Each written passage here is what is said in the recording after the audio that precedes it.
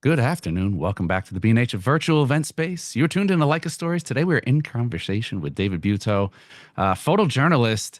And David, I gotta thank you for coming on and tell you that I get nervous going into a job, a photo shoot with just Joe Smo down the street. You've been in some pretty hectic, hairy situations, so I can't even imagine what you've gone through in your career. So I got to set the tone right there. Incredibly honored to have you on. Really, really, really storied career. Oh, well, thanks so much, Derek. It's great to be here. It's really nice to have a chance to talk to you today. And yeah, I get nervous too. All kinds of things make me nervous, just like this right now. So, This is the I easy mean, part. oh, is it? Okay. Yeah, we're Yeah. just talking now. I guess that's easy. It's funny that you said that you get nervous like when you're getting ready to do a photo shoot with somebody. And funnily enough, that's usually the thing that makes me the most nervous or can definitely make me nervous if it's a situation that I have to set up and I have to stage in some way, because then I feel like if I don't get something great, it's totally my fault. Whereas, if you're just going out and you're doing street photography or you're in some situation that's really dynamic. I mean, sometimes things just don't work out that great. And if you don't get something interesting, well, you can say, well, I tried, but it just wasn't there or whatever. But if you have that control and that's actually the stuff that gives me the heebie-jeebies a lot of the time. You hit the nail on the head. See, I think it's like kindred spirits here. Me being a street photographer, you being a photojournalist, there is a lot. It's like it dances a line. Street photographers obviously have a little more creative freedom that they could take, and the photojournalist is probably held to more of a documentary type of standard. But I totally agree with you. It's the failure's on me. If I don't get the shot and I'm out in the street, it's like, oh well, what am I gonna do? I can't tell the guy across the street to, go back and redo what he just did. It's a little bit of pressure off. Yeah, that's right. And I think it's funny that you mentioned about telling the guy you're not going to tell the guy to go back and do what he just did. And that, in a way, that's kind of freeing in Hmm. in a sense, right? Because you're not like if you're in some environment, you're not in control of how people are dressed or what they're doing or what their emotion is or whether they want to hang around or whether they want to take off. Let's say you see some people playing basketball somewhere.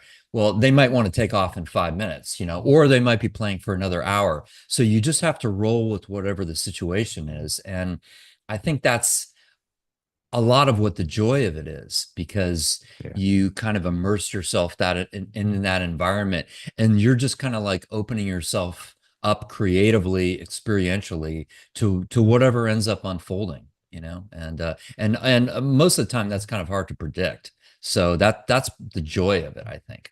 Yeah, that go with the flow. How much go with the flow do you have in what you do? Is there much room? I mean, obviously there's a lot of times where you're working on a story. There's a story you have to tell, but how much room is there to have that freedom that, me just going out and taking photos on the street?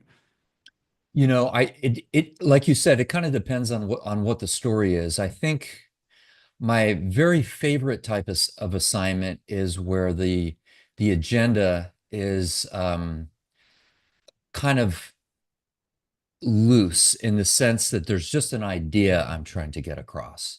So let's say maybe it's a political situation, for example.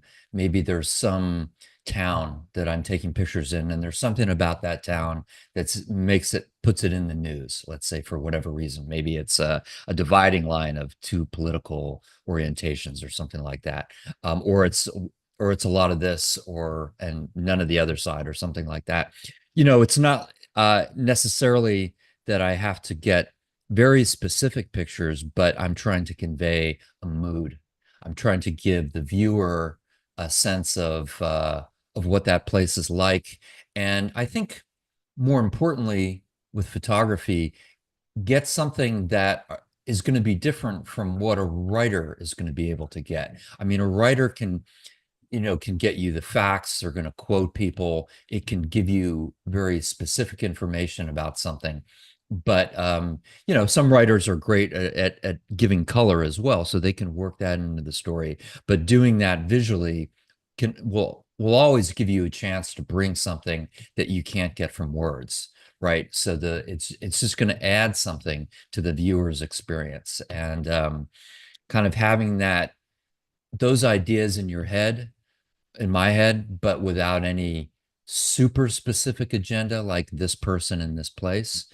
And often it's a combination, of that. It's like, here are two or three important people that need to be photographed in their environment, and then let's get some pictures that also just give a feel for what this place is like. And that's kind of my favorite thing to do, whether it's an assignment or it's just something that I've come up with on my own. What did it take time? I'm interested in if you were to look back at your early days in photojournalism, does it take time to grapple and to kind of work your way through? We all have our own personal opinions and we all have our own personal views. And photojournalism, the one thing that really is so intriguing to me is we pour our hearts and our passion into our photos. How much as a photojournalist, when we talk about the ethics and what's acceptable and really finding your ground and your footing as far as I have the responsibility that one image can tell an entire story or may be viewed as telling an entire story. How long did it take you to kind of figure out your footing as far as when can I show a little bit more of me and when do I have to kind of check and go back to the gray area?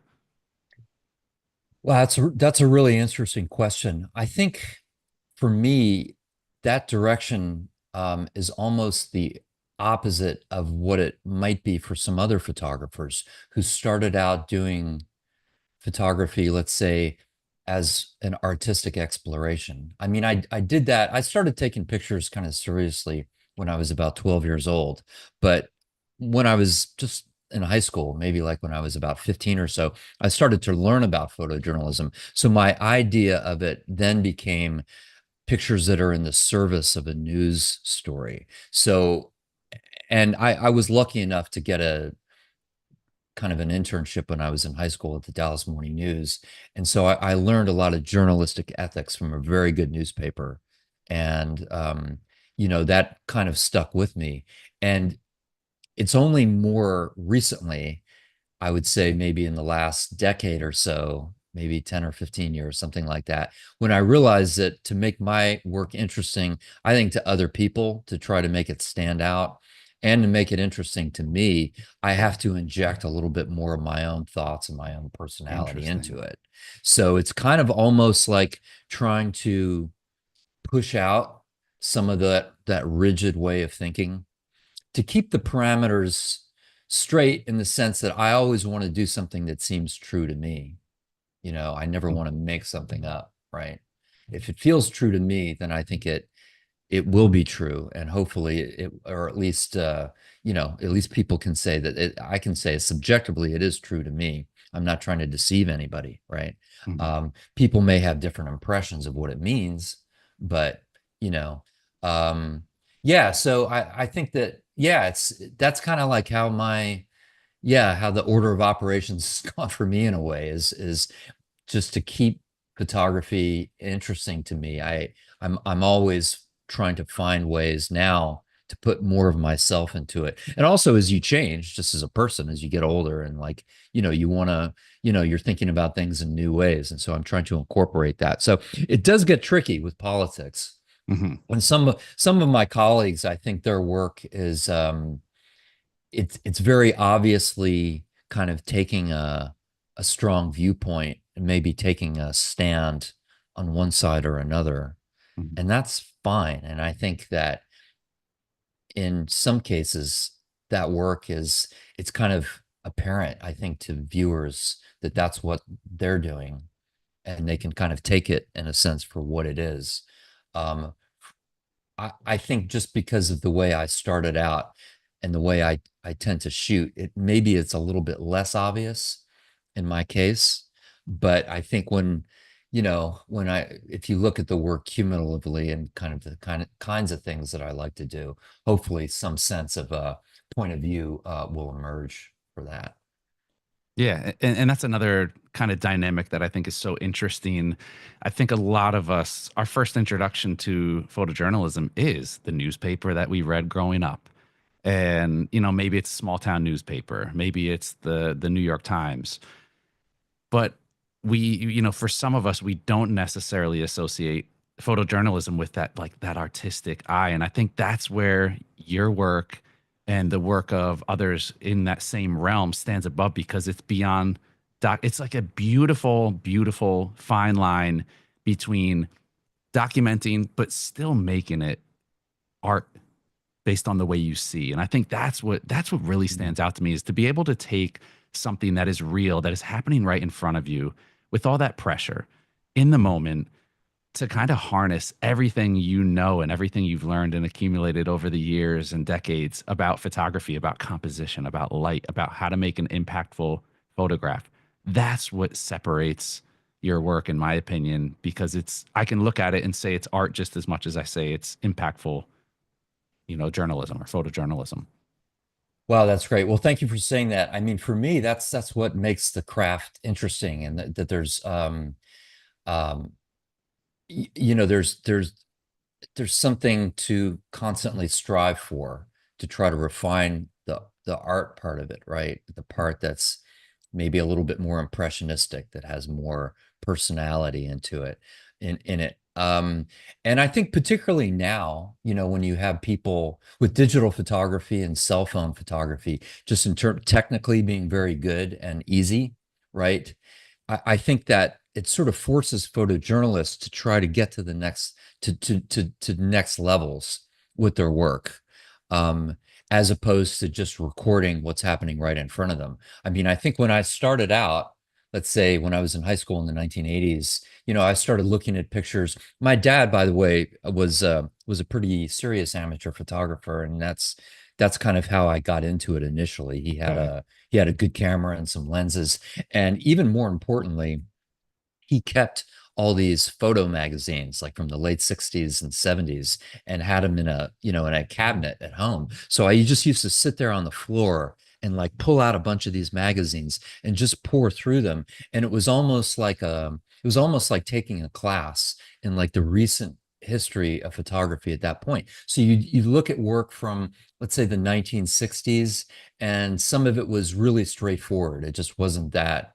compelling from an artistic sense. And I'm talking about a lot of more like documentary photojournalism, things like that. But then you saw really good work start to emerge, particularly maybe some of the photographers who were working in Vietnam during the war there, like Larry Burroughs, for example. I remember with great clarity when I was a teenager, seeing this very famous photo essay that he did for Life magazine about a helicopter crew in Vietnam. And the pictures, the content of them was very, very interesting and sad and compelling. But he was able to kind of aesthetically take things to another level in the pictures. And that gave me a sense of just sort of the progression of that type of work, and then the possibilities of what you could do with it. And then as I, got into college, and then afterwards, when I started seeing what other photographers were doing, um, who were maybe just a little bit older than me, like James Noctway, Maggie Stieber, uh, uh, people who were, elevating the aesthetics of their Mm. photography, but still staying true to the journalistic roots of what they were doing. That was like something to strive for, I think, for me. Yeah. Yeah, it's like that beautiful line of the ethics and the standards of journalistic photography, but bringing in that impact. And I think, do you think it's in relation to just where we've gone in general, as far as uh, news is business, media is business, and you want to draw? It's almost like a marketability. I don't know if that's the right word, but you want to get more eyes on it. You want to, or what do you think is to cause for that shift in going more towards an aesthetic kind of lean? Yeah, I'm not sure if it was driven by commercial motivations. I mean that I think that I think in the heyday of picture magazines, like let's say Life magazine, 40s, 50s, 60s, then maybe Time magazines in the 70s, 80s, and 90s, I mean, I think their standards for the kind of photography that they were expecting to get out of these news events, I think that got elevated. Some of it was technical improvements in film. Mm. right? Particularly in color film. I Yeah. mean, black and white hasn't really changed technically that much in about 100 years. I mean, or not quite, but a 400 ASA like Tri-X, that's been around for a very long time, right? But color film used to be very slow, and it was hard to kind of work in dynamic situations in color. But then it got a little bit faster, and photographers were able to do that. And so I think that that was part of it. And then I think it's just, photography is just like anything else. I just was at this tennis tournament in Palm Springs, the ATP and WTA tennis tournament last week, and I'm watching the way these pros hit now. And somebody now who's, let's say, like 50th in the world, they're so much better than somebody who Uh, was number 5 in the world like 20 years ago. And some of that is like racket and string technology, right? But it's just like everything just keeps getting a little bit better and better and better. And just, photography is no exception to that. yeah, I mean, we're growing up now, and you look at the era that we're coming into now, where it's like cameras. These kids now, it's like my son is probably more proficient with a camera than I was at the age of 35. They're so used to the technology and so I think so comfortable. I want to ask you because you've been around the world and you photographed people from really just all cultures and you've been doing this for decades. How do you see it in your what you do in your work? How comfortable people are with the camera? Has it made it easier or more difficult? Because for a time, I'll tell you why, I wonder about this from your perspective is I think a time it was easier because people were more used to cameras. But now we've seen really the photo and the video dominate, and there's so much of it out there that now I'm like, I kind of feel like, in my estimation, people are starting to pull back where it's like, I Mhm. don't want my picture taken as much. There's so much out there, and people are getting in. It's more of like a mental, like, well, where's the image going? What am I doing with it? Whereas in the film days, you didn't have to worry about your picture being plastered all over or used for God knows what. How is your estimation on that? Totally agree. I've noticed the same thing. I mean, I think that when cell phone cameras became ubiquitous and Instagram uh, became something that like everybody knew about. Um, I think like just seeing strangers on the street, I think they do like now wonder where is this picture going to end up? Whereas, like in the film days, yeah, if you just had some little SLR camera or something like that, yeah, people just, I think they were less concerned with it.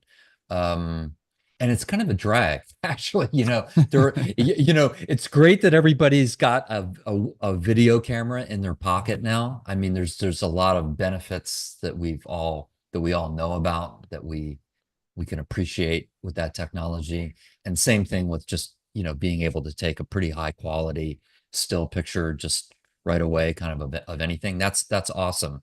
But the fact that we can do that now, it sort of means that people are they're just very aware of that kind of imagery being done all the time. And I think a lot of them feel a need to do it almost. You go to a concert or a political event these days, and if you're kind of like in the back a little bit, what you see is everybody holding up their phone, and just that's what you see, right? I mean, it used to be lighters, and now people hold up their phone, to do that moment, and that's kind of a drag. And I wonder, like, are people kind of missing the experience in a way because they feel that it's more important to record it than just to be there and watch it and listen to it? I don't know, but I remember.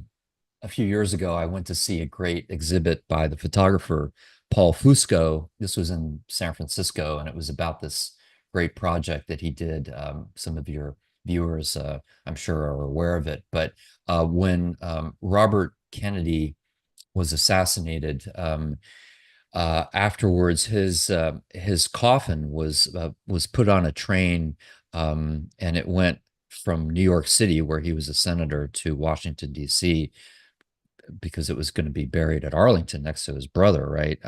And so Fusco was one of the few photographers that was on the train ride, and so it went from I don't know which train station, probably Penn Station in New York, all the way to Union Station in DC. So it went through Philadelphia, and it went through these urban centers and these small towns. And so Fusco's on the train and he's taking pictures of all this happening. And it's an incredible kind of historical record of what that part of America looked like in 1968. And so you see all these people just ordinary people who've come out to watch the train go by, and you see how they're dressed. You see the racial composition. You can tell who's poor, who's better well off. It's just an amazing sociological study. But what you don't see is people holding up their phones to take a picture of the train going by. You don't see any of that. There's hardly any. I don't even remember seeing like too many people, even with cameras at all. They're just there watching it and they're experiencing it. Whereas if something like that happened today, what you'd have is you'd have 50 people and like 43 of them would be doing this with their phone, and it just really, you know, it's that's It's just such a how sociological things have gone. statement. Yeah, I mean, Yeah. that's where we're at. Is there part of you? I Yeah. mean, I'm old school. I it's like you go in, you go to a concert, take a quick 30-second video. It's like they say online, no one's gonna watch your whole 2 hour long video anyway. So why, Mm. enjoy it and immerse yourself in it. Is there part of you that just wants, I mean, you have to kind of stay relevant and move forward with the times. How much of what you do is like, hey, I have to shift. I have to kind of change. Have you had to change what you do in your process in any way to kind of adapt to this? Now, a still photographer has to be a hybrid still and video photographer. And obviously, the landscape of photojournalism has changed. How much have you had to change your daily process because of these changes? Yeah, that's a really complicated question. I mean, I think that it has changed my daily process. There are some photographers who I think have maybe adapted to newer technologies much faster than I have. I mean, I think for me, the biggest change, happened about 15 years ago, going from film to digital. Mm. And that um, that's been really interesting because I think that it's changed the way everybody shoots in part. And I think in some ways it's made photography, I think it's made photojournalism better. At a certain level, it's gotten better. I don't know that the very best photojournalism has gotten any better because of digital. I mean, if you think of what Larry Burroughs and what Don McCullin were doing in the late 1960s, that's as good as what anybody is doing today, for sure. But it does allow photographers, I think, to experiment a little bit more with how they're shooting, to take more chances. You have, instead of being limited to, 36 frames in your camera, it's kind of like unlimited in a way. So if you see something interesting, you can just keep shooting and shooting. I mean, sometimes the downside of that is sometimes you stop kind of paying attention to what you're doing because you know that you can just keep blasting away and you figure, oh, I'll get something. I just have to find it in the edit. Um, and I think you end up missing a lot if that's your approach. But one of the upsides is that you're able to see what you're doing right away, which can be useful. So particularly like on a trip, I really noticed this on I don't remember what the trip was, but it was one of my early shooting trips with digital. And being able to go, like when I was at the hotel room at the end of the day, and then being able to go over what I'd shot, it seeing what I'd gotten influenced what I would do the next day, right? Interesting. Not just in terms of the content, but whether I felt stylistically I was kind of getting to where I wanted to be. And it's a little bit like a musician in a recording studio, kind of being able to get on playback what they've just recorded. So like you don't always know when you're making the music or when you're taking the picture, kind of like how it's going to look, right? What it's going to sound like.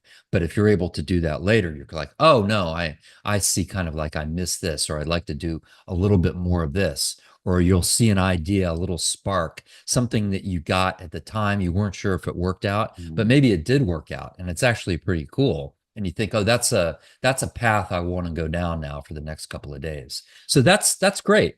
It also gives you control over what you send to an editor, which is a really big change. I mean, in the film days, what you would do is, maybe you do an assignment, you've got 10 rolls of film, you drop it off at FedEx at the end of the day and send it straight off to, let's say if that's for a news magazine and you're on deadline, and the magazine would have their own lab and they would process the film. And then an editor is sitting there and they're going through every single frame that you've taken. Right. And so a lot of times they would end up picking something that you might not pick for yourself. Whereas with digital, and pretty much every photographer has this experience now, you're your own editor, at least for the first part of it. So you're kind of picking 20, 30, however many pictures to then send to an editor. But it does give you the ability to take out the stuff that you You don't get to like. filter it before it goes there. Yes, yeah, you get to filter it. So that's kind of nice, because I Oh, think it gives totally. you a chance to shape a little bit how you kind of want to present your work. Yeah, I didn't even think about that angle because you're kind of always thinking, okay, an editor's going to have some level of competency, or they're just going to be a little more discerning. But now it's like everybody's learned the hard way. If you send it to them, they're gonna always pick the picture that you don't want your name stamped on, or it's always going to be like the one that's like down the list. It's never the one that you're like, this is the one I Yeah. want. Yeah, that's right. I mean, now and then there are those great experiences. And I would say now and then a lot of it is really the editor that you're working with. And I was lucky enough for about 15 years to be a contract photographer with US News and World Report magazine. This was in the mid 90s, kind of through like about 2008. And they had a much smaller staff. This was when it was a weekly news magazine like Okay. Time and Newsweek, like they used to be or whatever. And US News was smaller. It was sort of like the young kid or the smaller kid on the team, but very scrappy and very energetic. And they had some great photo editors, and a couple of whom that I still work with today on projects. And working with those editors like Jen Poggi, who helped me with my book Brink and helped stage an exhibition for me. She's now teaches at Rochester Institute of Technology, and Olivier Picard, when I was working, who also helped me with my book. And when I was doing assignments for them, even in the film days, I kind of like I had a great deal of confidence that what I was trying to do, maybe that had a little bit of my personality in the work, that they would recognize that when they saw the take. And that is nice because I knew that there was a better chance of pictures that I liked getting published. But it was even like double on top of that because I think it impacted the way I was shooting.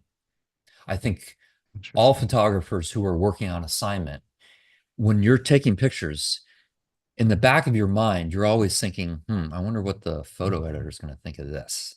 It's somewhere in the back, or it might be in the front of your mind, but it's somewhere in your mind. Okay. See, at least 1% in your head of like, is this kind of what they want? I'm not really sure. Sometimes it's, oh, yes, definitely. And other times you're kind of like, you're not sure. You like it, but you don't know if it's a little bit Are too you hitting the abstract or mark? something for the Mm. story. But when you're working with a photo editor, that you've got a good synchronicity with them, just like a music producer, right? Is that, you try something that's maybe a little bit different because you're like, you know what? I think they might get this.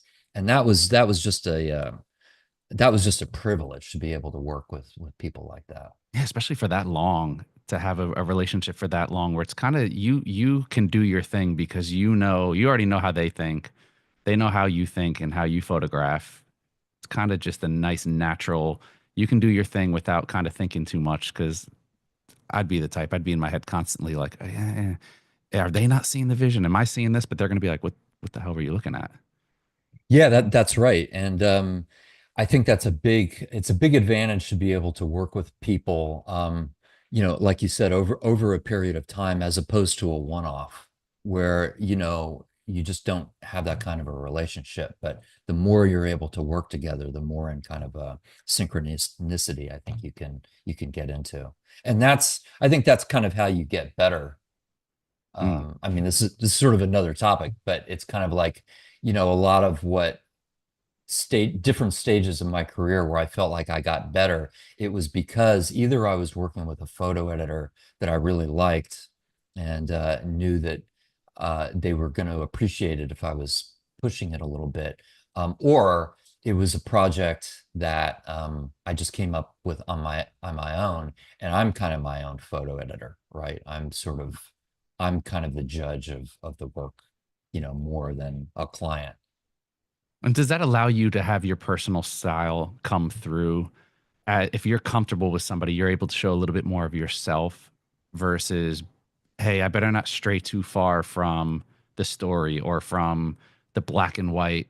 Let's just stick to business here and not maybe take a risk or a chance or try to do something that would bake your style more into it. I think that's right for sure, and I mean, there are times that I'm doing an assignment where I think the parameters of it are kind of rigid, that sometimes there's some very specific expectation for what the client is looking for. And so it's my job. I mean, they're paying me to do it. So it is my job to try to deliver what it is that they're asking for. But sometimes the process of that, I think it can stifle your own creativity a little bit. So Mhm. that's why pretty much all photographers, or most photographers that I know, like to do assignments where the specifics are a little bit loose, right? You got a couple things you need to get, but like I was talking about before, it might be more about mood and atmosphere. What is your ideal assignment? Is there one assignment that kind of sticks out or one area where you feel most comfortable? Well, I think that maybe there are a couple of different things. One of them is sort of like what I was telling you about in the very beginning, where it might be I'm going to a place where there's just an idea that I'm trying to get across with the pictures that show something about that place. Maybe it doesn't have to be super specific. Like if it's, let's say it's I'm just gonna come up with something that like every photographer's done in the United States in the last 5 or 8 years or whatever. But if you're going to a town, let's say, that really supports Donald Trump. So, there's a big Trump sign in town. So, you're like, okay, I got to get a picture of the Trump sign, but what's more interesting is to try to get a feel for what's the culture of this place like. And because that's gonna, you know, you're gonna dig in a little bit more to try to have more of an experience and to tell something, to show something about the people who live there, that it's a little bit more evocative and descriptive, the kind of thing that photography is really good at, as opposed to just showing something, which we used to call in the newspaper business point pictures. So not too many photographers like to shoot point pictures, and I'm the last person that likes to do that. Um, so so there's that. So I do feel comfortable doing something like that. And it might also not be an assignment. It might be just a personal project where I've chosen a place and I'm trying to get some pictures that just show the atmosphere, what it feels like to be there. That's kind of the most interesting challenge for me, is Mhm. to put more of the feeling into the picture. So I feel comfortable doing that if it's something that I'm interested in. And then the second type of thing is where it's more I'm just flexing this muscle that I've developed since I was about 16 years old, maybe, which is just to go somewhere and then to immerse myself in the scene and take pictures of what's happening, and to be able to kind of tune out some of the chaos that's going around me and know that I have a responsibility, primarily as a documentarian. And I mean, January 6th at the U.S. Capitol would be really kind of like the perfect example of that, where I did feel a responsibility, and being there was really, I mean, it was really shitty to watch that whole thing unfold. It was terrible. It was very disturbing on a number of levels, and then there's the aspect of just a little bit of a fear for your own safety and things like that. But the sense of responsibility there was so great that it's like, then, it's like, you have to turn on everything that you've learned and every bit of skill that you've developed over the years to hang in there and try to do the best you can.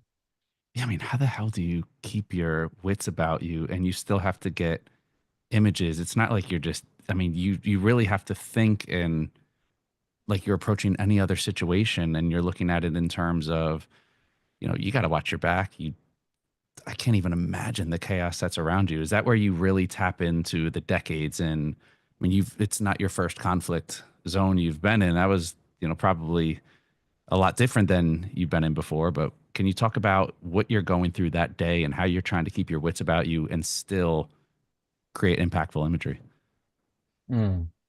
Yeah, I think it's of I mean, I'm not, I have been to some conflicts. I don't describe myself as a conflict photographer because that's not my specialty, and I don't really like it. I don't really like being in those environments much, but I have been exposed to some of it, so that did help me on that day. But that particular thing was I I'm not sure that I ever felt a greater sense of sort of the importance of my job than I did on that day, in part because it was the United States. It's not like I got on a plane and went somewhere. And that day was in some ways was the culmination of a 4-year project that I initiated after Trump became president in 2017. I was living in Oakland, California at the time, but I moved to Washington, D.C. because I was just really curious what it was like to work there. And I knew that maybe in my lifetime, that might be the most interesting time to be there. So when all that stuff went down on the 6th, yeah, I felt that like everything had come to a head, and it really, um, it was very deliberate the way I was thinking about it, of like, okay, this is really terrible, but you have a job to do that's really important. You've put yourself in the middle of all this, and you're just not going to sit there and watch it, or call a taxi and go back home. If you're going to stay, you've got work to do. And so, most of my pictures are pretty terrible. They're out of focus. There are people in front of me. You can't see anything that's going on because it was so crowded. But, if I could find just clear views now and then to get something that was pretty descriptive, then I thought, well, I'm just going to do the best I can. So I that's, mean, it's not really something you can plan for. It's not like you're going out and you're like, hey, I'm going to document a rally and I kind of know what I'm getting. Was it something mm. where, that day you were just, what were you going out to photograph that day? And when did you kind of get caught up and realize, like, when did you know that that was something that was really going to be a dark spot on this nation's history? When did you realize you were in something that serious?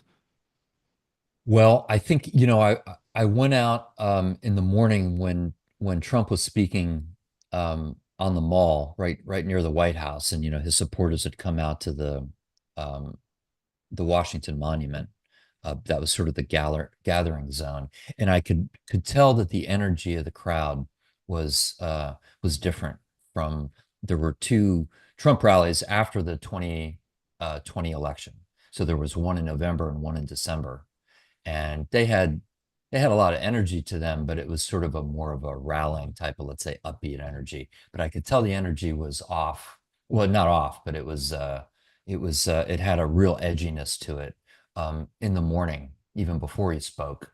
And so as he was speaking, I took the subway to the Capitol and went into an office building where still photographers work out of, that's on Capitol Hill, and just kind of got my stuff together. And within just a few minutes, a colleague came in and said, this thing is already kicking off. The police are already having to use tear gas. And so I immediately went out with 3 or 4 other people. And as soon as I got up to the Capitol, kind of as we sort of went around the side, and I approached it from the west side, so coming in from the mall, which is the same direction as the way the crowd was moving. Um, they were already fighting with the police at that point, and yeah, and just the energy and the sounds. It was almost like medieval. It was almost like a sound of, like, if you're watching some movie that has some crazy battle scene, from whatever century that, you know, before like before the 18th or the 17th century, where people are just like fighting with their hands and fighting with whatever tools or whatever weapons they have around them. That's how it was. And it was just absolutely shocking and disturbing to see that beyond anything I can really describe in words. Yeah, it's got to be so negatively surreal at that point. Like you have to really like, am I in this right now? Is this really happening? Yes, yes, 100%. That's exactly how I felt. Even though I'd been to a lot of other really bad things before in my life, and Mhm. it was as surreal as anything else that I've experienced. I think, in part because, well, I mean, there were a couple of things. I mean, one, this, the Trump's, I don't want to make this all about politics or whatever, but this was a few months after the Black Lives Matter protests in the summer of 2020. And the Trump side was all very like saying they were very pro-police and back the blue and everything. And all of a sudden here they were fighting with the police. So Wow. that was pretty weird right there. You had that. And then the other thing too was that, having worked on Capitol Hill then at that point for about 4 years, I would always tell friends that even though things seemed chaotic in the political atmosphere, when you're actually at the Capitol, things were really orderly and there was a protocol and everybody behaved well. Didn't matter which side they were on or who they were talking to. Generally speaking, it was like super serene and civilized.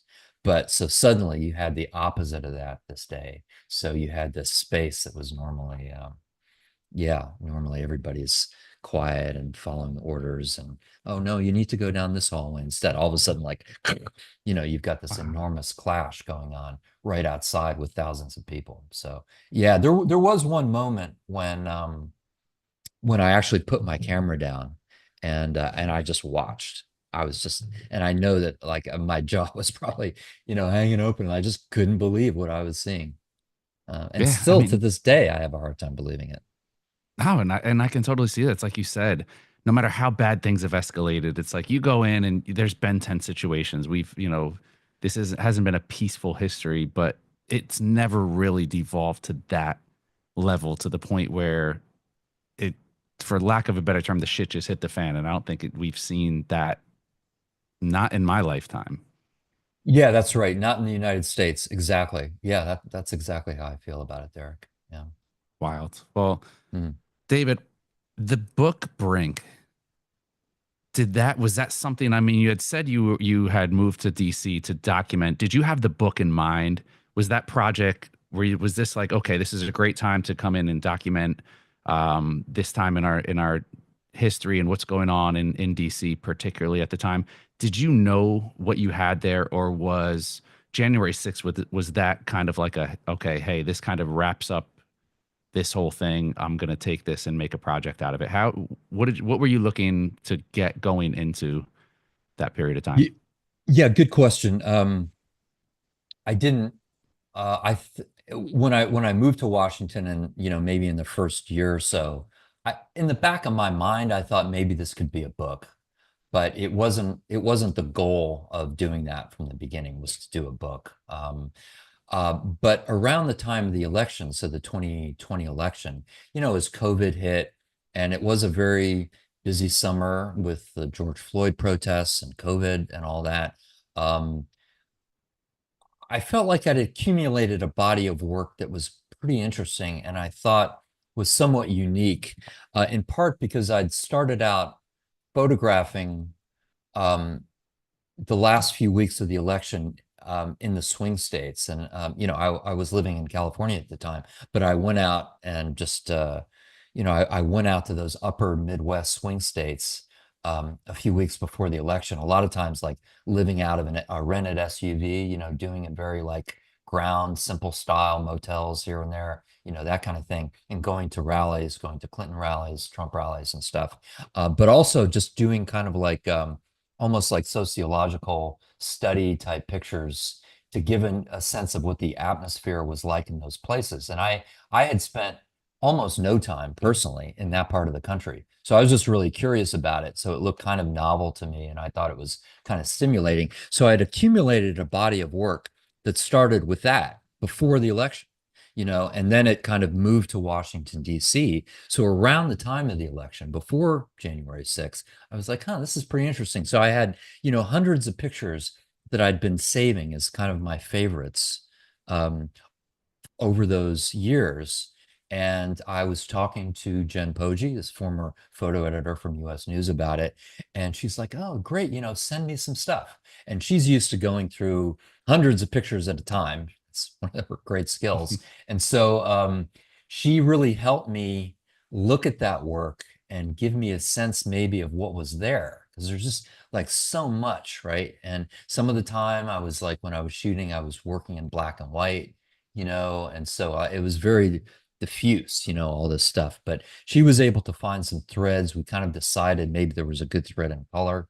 So as the election was happening, the idea of doing a book became much more kind of in the front of my mind. It's not like I felt like I had to do it, but I was like, yeah, this could be good. This could be interesting. Then Biden won. Trump refused to concede the election. And then there was January 6th. And after that, I was like, I got to do a book on this, right? I mean, I have to do a book. And yeah, so that's how that happened. Okay. Yeah. I was wondering, I was like, yeah, that had to kind of be a catalyst to anything. If you weren't going to do anything at that point, it was like you said, I have to. At this point, you Mhm. really have to, you can't not. And I think Mm. there's that responsibility of, like you said, it's so important what you do and can't be understated how, like, there's a lot of people out there and that have a lot of impact, but we are such a visually based society now. And I think now more than ever, telling these stories and having people who are skilled at, like, there's, everybody has a camera now, everybody's able to tell a story. There's a positive to that where we have boots on the ground everywhere around the world. But also there's the people who have been working for decades who know how to tell a story, who really know how to convey reality and truth as they see it, which I think is so, so important, no matter what generation we're living in. Yeah, 100%. And when I was working in Washington, one of the advantages that I had compared to some other photographers there, probably m most of the other photographers, is a lot of the time I wasn't working on assignment. I would just show up to these events. I got credentialed, for Capitol Hill and for the White House, and I could just go and really take the kind of pictures that I wanted to take. And so almost for the first time in my career, I started thinking about my pictures not just as news pictures that were going to get consumed right away that day or that week or the next week, but they were really historical documents or could become historical documents that hopefully will be interesting to people like 50, 100 years from now. So that once that kind of got into my head, that was kind of the approach that I took as I was photographing. So a lot of times, let's say if there was a hearing on the Hill, a lot of the news photographers are shooting fairly tight because there's some key person and they're trying to get just a clean picture of that person. Whereas I felt like I want to back off a little bit because I want to show kind of a little bit like what this whole scene is like. And in part, the motivation is for me, it's just like what I want to see when I look at historical photos. If I want to see a picture of something that happened 100 years ago, I don't want to just see one person's face. I want to see like what that whole scene was like, because I want to know, get a sense of what it was like to be there, not just not just the specifics of it, of what people are wearing or what the technology is, but just sort of like what it felt to be there. And that's kind of what I was trying to do. So in a sense, when I was doing that work, I had two motivations. And one was, well, I want to get pictures out right now that are kind of interesting and are maybe a little bit different from what other photographers are getting. But also, I just want to build a body of work that somebody can look back on a long time from now and give them a sense of like, hey, this is a period in American history. And so really the best way to do that was to do it in book form. And, people had been consuming these events on on their computers and on TV. That's how they were experiencing those years, in terms of political news. So I thought how interesting it would be to make a volume in a book that's going to look really different. So the publisher, which is Punctum Press in Italy, we chose a paper that's almost like a proprietary Italian paper. The book was printed there, which I'm very proud of, and it feels different. It's kind of a little bit more matte. It doesn't look, the pictures don't look like you're looking at them on a computer screen. And yeah, so that was very much the thing that kind of drove me to finish that. Fascinating. We're gonna pull up some images now, and just incredible, incredible work. I gotta ask, we're B&H. What's the daily gear? What's your daily carry camera, or what's in your current kit? Yeah, so I've been, a few years ago, I met some people from Leica, and we, had developed a nice relationship. And so I've been, I love those cameras when I was shooting film in the 90s, early 2000s using M6s. And at some point in my work, I found that I kind of like between the 28 and the 50 range. So currently I'm using an M11P as kind of my favorite camera. I love just the simplicity of the rangefinder experience. I think it's a way of viewing the scene that's not interrupted by a electronic viewfinder or even a mirror and a prism on an SLR style camera. So it's just direct. You're just looking right at the subject, no fanfare, no bling, no optical manipulation, right? You're looking straight out.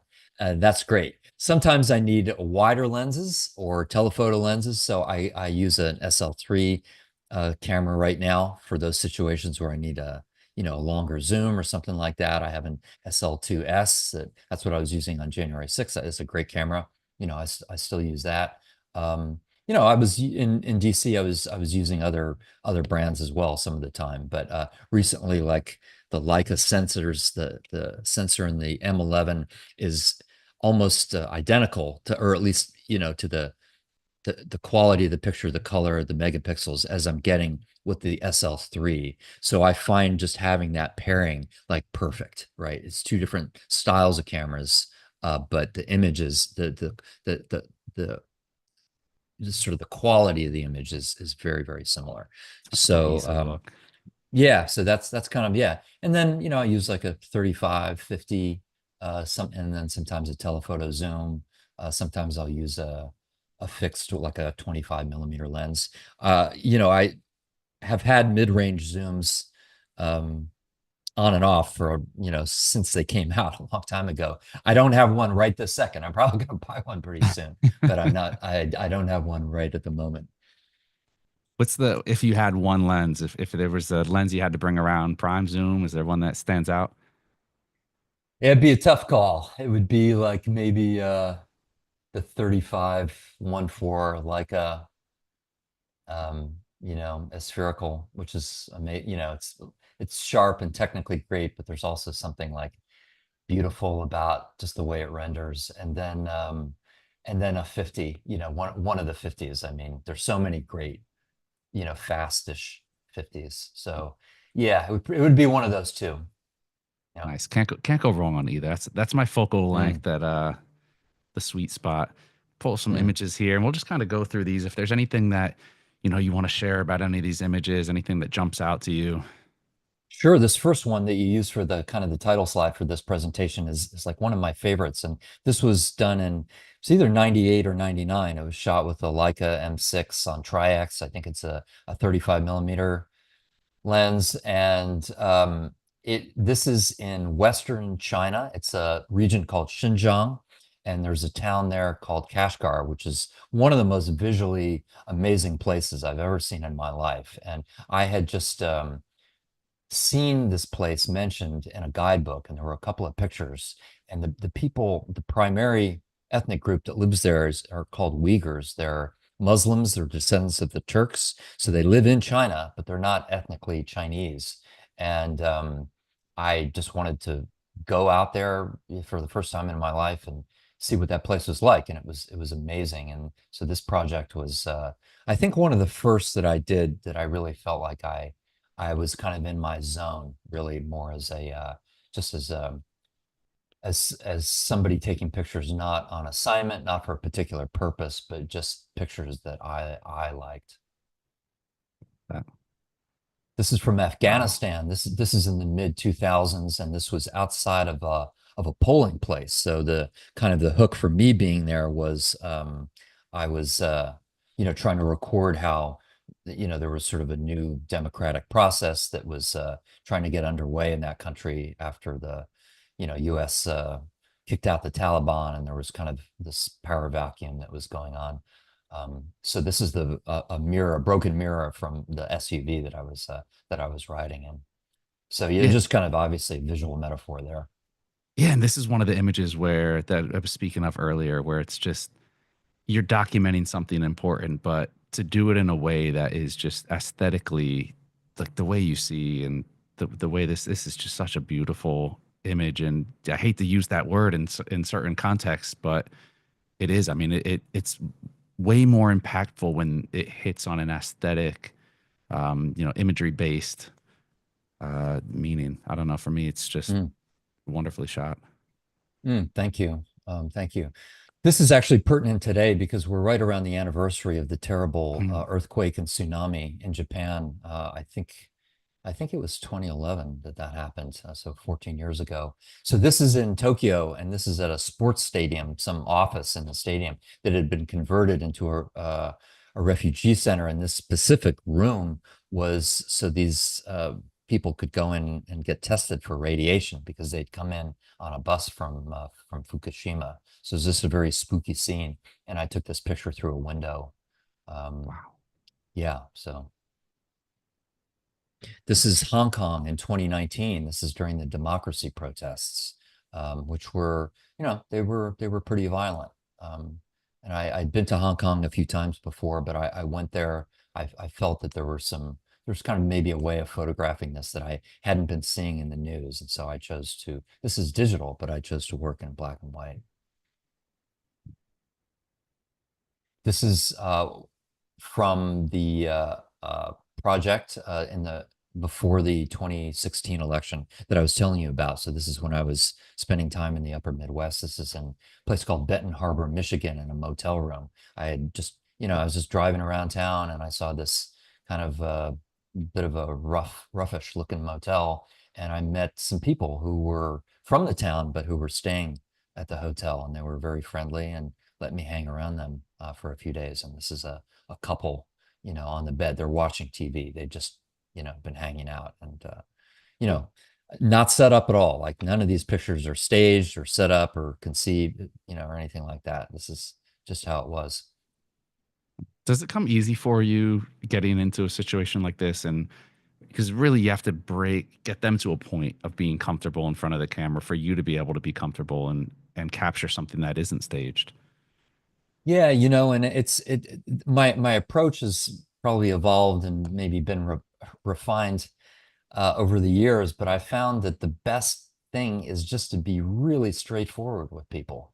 And, you know, I just, you know, I don't think it was this guy. I think it was a friend of theirs who was just standing outside the porch on the second floor of this motel.